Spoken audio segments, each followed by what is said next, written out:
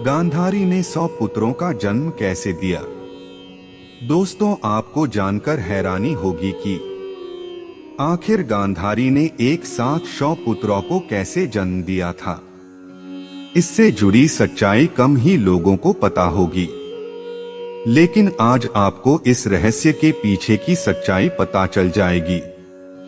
गांधारी के गर्भ से 100 कौरवों का जन्म कोई दैवीय चमत्कार नहीं, बल्कि एक ऐसी घटना है जो भारत के प्राचीन रहस्यमय विज्ञान का उदाहरण है।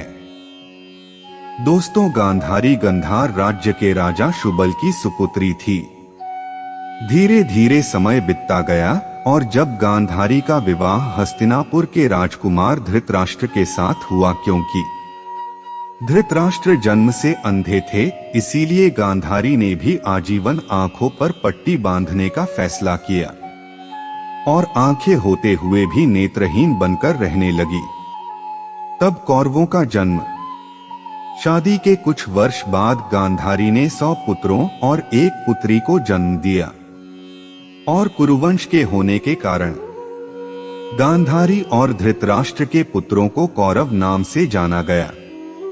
100 कौरवों का जन्म इतिहास की सबसे विचित्र घटना है।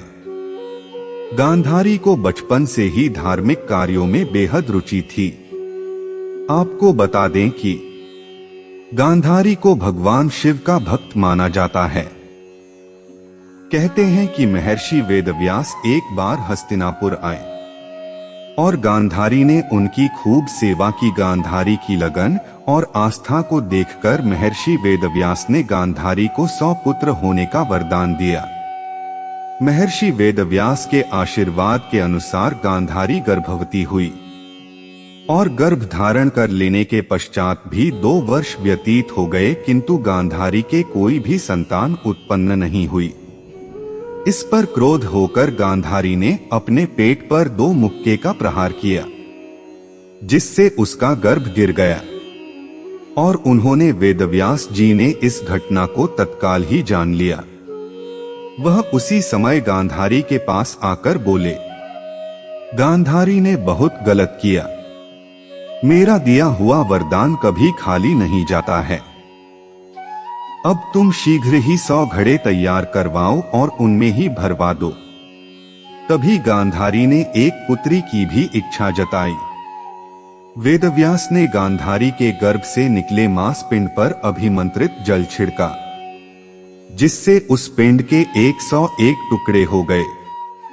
वेदव्यास ने उन टुकड़ों को गांधारी के बनवाए हुए कुंडों में रखवा दिया।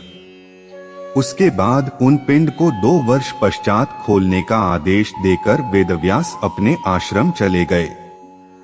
2 वर्ष पूरे हो गए और फिर गांधारी ने सारे पिंड खोले। सबसे पहले कुंड से दुर्योधन का जन्म हुआ। बाकी पिंड से 99 पुत्र और एक पुत्री का जन्म हुआ। गांधारी की पुत्री का नाम दुशाला था।